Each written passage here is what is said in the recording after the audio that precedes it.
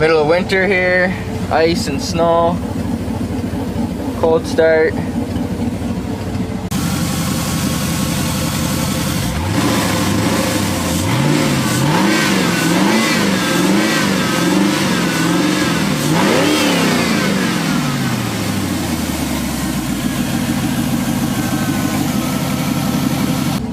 So I just thought I'd point out a few easy ways and a few how I did mine and what it cost. Basically it cost peanuts. I call it peanuts.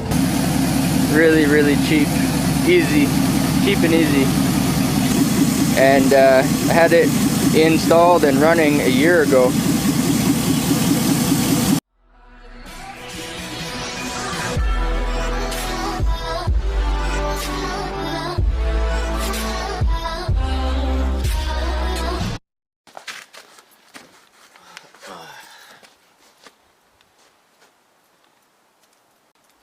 This time of the year is a little bit depressing for me, and I feel a little bit depressed today. So usually one thing that makes me feel better is the car, especially stepping on the gas pedal. And I'm going to uncover the car and see if it'll fire up. Oh, maybe the straps are frozen. That one is.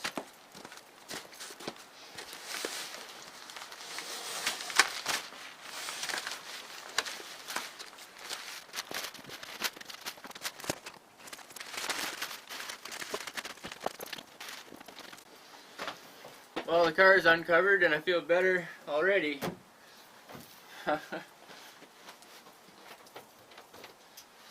See if the interior light comes on. Yep. Hopefully it'll start. Cold start.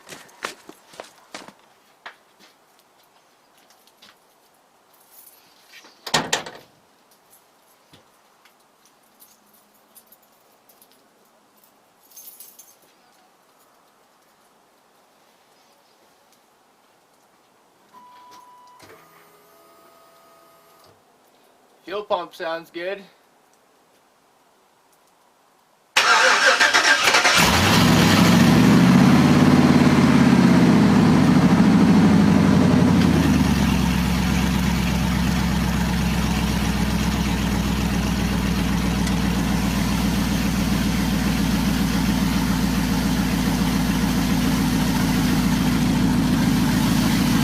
No problem.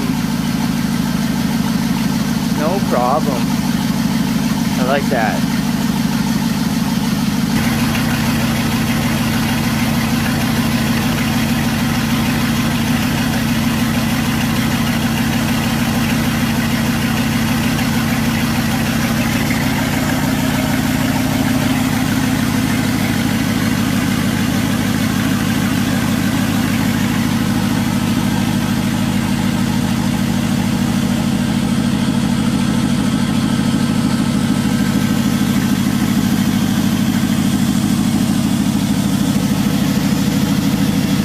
Well, she fired right up.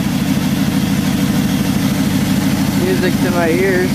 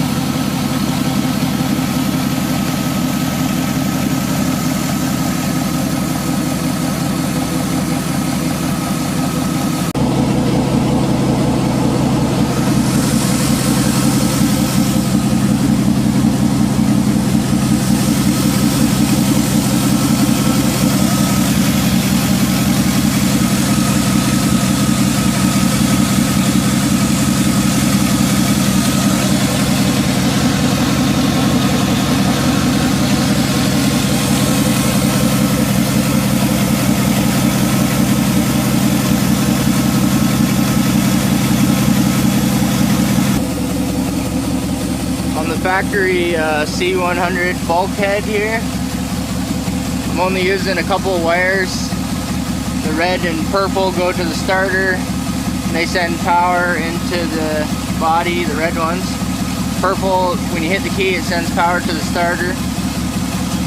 The pink one is the distributor wire for the old carbureted motor. So I'm using the pink one to turn on the fuse block, and when you turn your key on, instead of turning on the distributor, it turns on the fuel injection. But I'm just using the factory ignition wires there. There's some here that I'm not using, and I just have them tucked for now. The computer is there. The factory truck fuse block. This is the way to go if you ask me, because it's already got the fuses and relays. You don't have to cut it and wire in any fuse block or anything. You just put one wire to it and it turns the whole fuel injection on.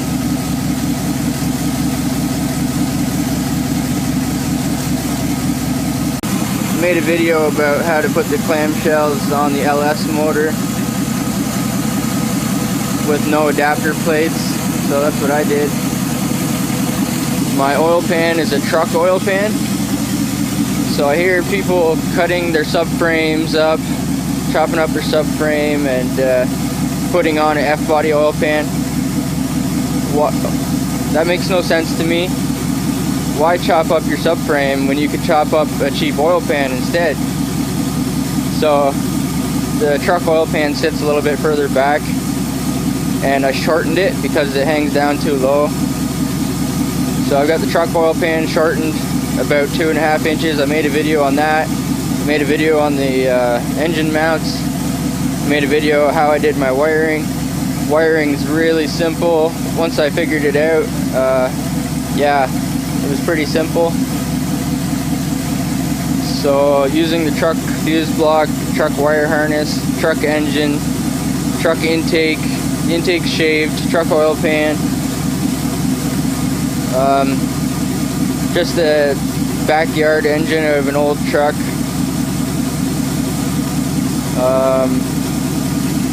Yeah, dirt cheap.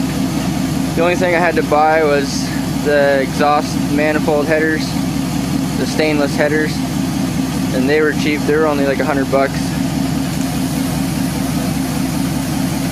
I literally have peanuts under $500, maybe less, maybe only a couple $100.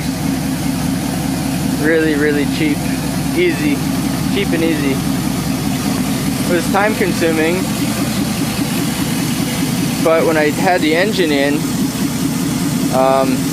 last winter, it didn't take long to put the engine in and get it running.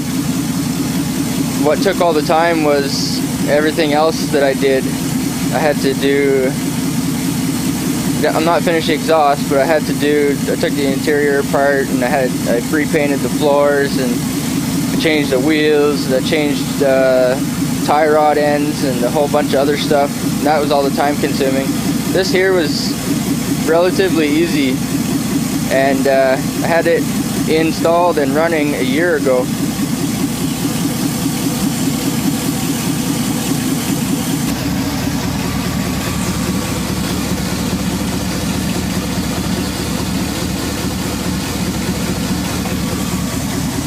That's the C100 LS truck plug, and I can plug in a little homemade OBD2 reader and plug into that, and I can read my codes or run a OBD2 device right there.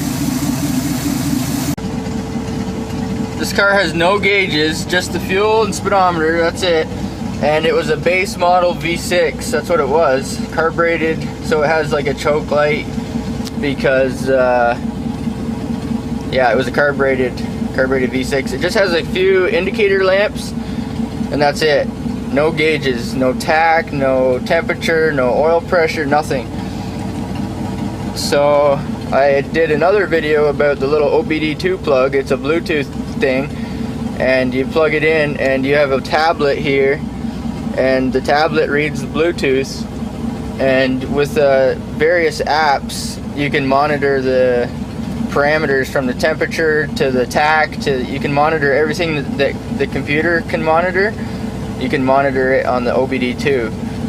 So that's what I will be doing. I'm not finished with it yet, so I'll have a tablet maybe up here. I'm not sure.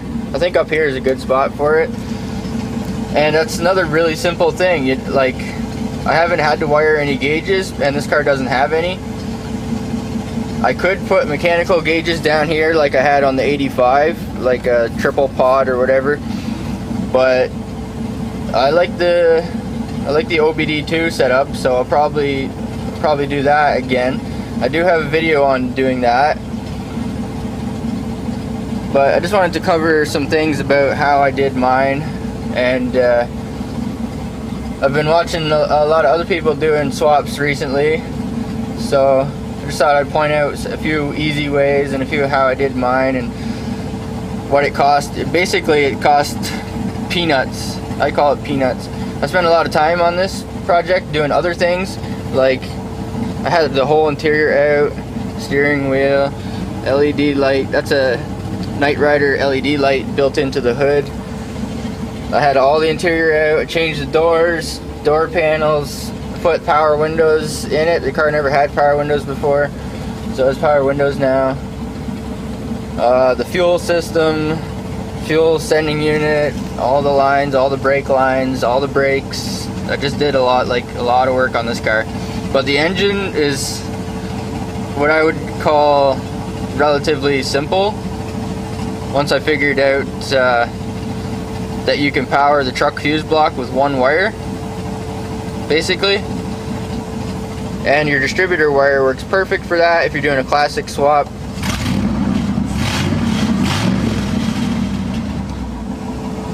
So yeah, that's how I did mine. It's middle of winter here, ice and snow, cold start, but I feel a little bit better. I have an electric fan on a switch here. I think I'm going to change that. It's only a one wire that sends signal to my relay, so I might change it to a temperature switch, and it's a ground signal. It's a ground trigger, so I can just ground a temperature switch to the engine, and when it gets hot it'll just close the circuit. The fans will run automatically. I'm using a little electric fan fuse block from a 2005-2006 Chevy truck. It has its own little fuse block for the fans. The engine is from a 2005 Suburban, and so is the fuse block for the electric fans. I think 05 and 06 are the first years with the independent electric fans.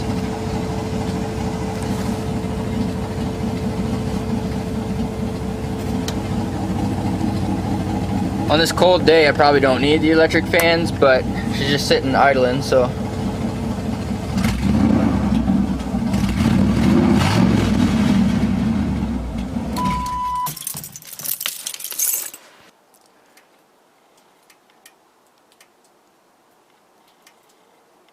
maybe I can talk a little better when it's not running. The exhaust is a little bit loud, but sounds good to me. So I'm still not finished with the exhaust. I wanted to do a little bit more on the exhaust. But yeah, basically I made my own engine mounts, adapted my own clamshells, did it myself with no adapter plates. I have a video of that. Yes, that is a truck intake. Yes, that is a factory hood. Yes, it does close. I shaved the intake partially shaved, no weld, no plastic welding, just partially shaved. It does have a 700 R4 transmission. It does have a kickdown cable. It is drive-by cable, throttle cable. That is the factory throttle cable from the carbureted 2.8. This car was a V6, but this is now a 5.3 liter L59 from a 2005 Suburban Flex Fuel. I did take the flex fuel rail off for now. because I'm using a 2002 harness and the flex fuel injectors don't plug into the 2002 harness. The reason why I'm using a 2002 harness is because drive-by cable, the throttle cable has different sensors and different plugs on the harness. So I'm using a throttle body from a 2002. The throttle body just unbolts, you take the electric one off and just put this one on. I'm using a harness from a 2002 truck. The engine itself is from a 2005 minus the throttle body, and I'm using the older style harness to make this throttle cable work. I'm using a 2002 computer, so the computer, the harness, and the throttle body are from a 2002. I am using a truck oil pan. I do have a video on shortening the oil pan. I did most of the install stuff. I did that like a year ago. So I have a truck oil pan and I shortened it like 2.5 inches so it doesn't hang down past the subframe. It doesn't hang down as bad. Shaved the truck intake, made my own motor mounts, or adapted the clamshells myself. I got this intake, the elbow and filter, for like $25 at a swap meet or something like that. The manifolds are stainless eBay shorties headers, and they were like $100, which is cheap for a set of exhaust headers, or for basically the only investment that I have, the only real investment that I have, I think, into this. And the sending unit, I had to buy a fuel injected sending unit. You can take the carbureted sending unit out of your tank and you can put a fuel injected sending unit in. You don't have to change your tank. I've heard people talking about changing the tank to a fuel injected tank, but a lot of these 80s cars, they went both ways. They had like throttle body or carburetor early 80s, throttle body late 80s. Some of them had multi-port, like the Camaros and Firebirds. So this car is a prime example. You can just, they use the same fuel tank right up to 94 or something, the steel tank. So you can just take a fuel injected sending unit and put it in your original fuel tank. And that's what I did. The truck fuse block has one wire that runs the fuel pump, and it is a positive wire. So I'm just running one wire back to the fuel pump, and that's pretty much it. So when you turn the key on, it primes like normal, just like the Chevy truck would do. The fuel pump runs itself. It primes when you turn the key on, and it runs when the engine turns over. I am using the truck accessories, all the truck accessories, except for this alternator is the old style alternator. So you might find that alternator on the 80s Camaros. And that's the alternator that I'm using because it's a smaller alternator, and I can close my hood with the small alternator. With the 2002 alternator, it's a lot bigger, and the hood doesn't close. So I am using all the truck accessories, just a little bit of modifying to make it work. The hood does close. I did modify the hood a little bit. I took some of the ribs out for clearance, but it still has lots of enforcement all the way around. And I am using the truck water pump. And I would recommend, or I would note, that the water pumps, usually the neck on them has two ribs. Like, you know, the rib that holds your clamp from sliding off? Normally the neck has two ribs, and normally it's up here. So you only need one rib to hold the hose on, or to hold the clamp on. So instead of having it way up here, I cut the first rib and the extension to the second rib. I cut it off. So it still has a bell flare, and it's still flared or ribbed or whatever to hold the hose on, but it's shorter now. I think I have a picture I think I have a picture of that, or I think I showed that before. But I did shorten the top neck. It does have 2 ribs. You don't need 2, you only need 1. It is too tall on some cars. This car is especially tricky because the nose slants down on these cars. So if you're doing like a G-body or full size or whatever, you have a lot more room to work with, so you don't necessarily have to do some of the things that I had to do here. I actually shaved down the top of the throttle body. You can see it's all shiny, and actually shaved it down for hood clearance. So the things you'll do to save $1 or avoid buying stuff, those are some of the things I did, and in the long run it didn't cost me much. Just a little bit of fitment, trial and error fitment, and she fits. I'm using a 95 FireBird radiator, 4th gen radiator, 4th gen top plate, 4th gen electric fans. I put a independent transmission cooler right there.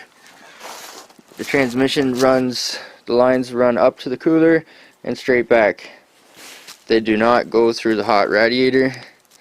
That is silly, and this car doesn't get driven in the winter time. It gets parked here in hibernation. In the summertime it flows directly to the independent cooler, directly back, and I completely avoid the hot radiator with the automatic transmission fluid.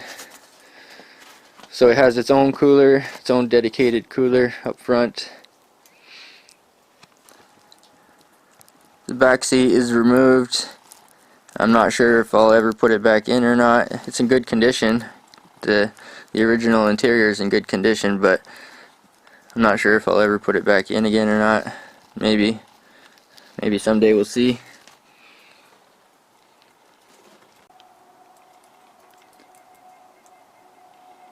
I installed a spoiler. This was a base model, it didn't have a spoiler. I do have FireBird spoilers, but they're heavy, and I wanted something a little bit different.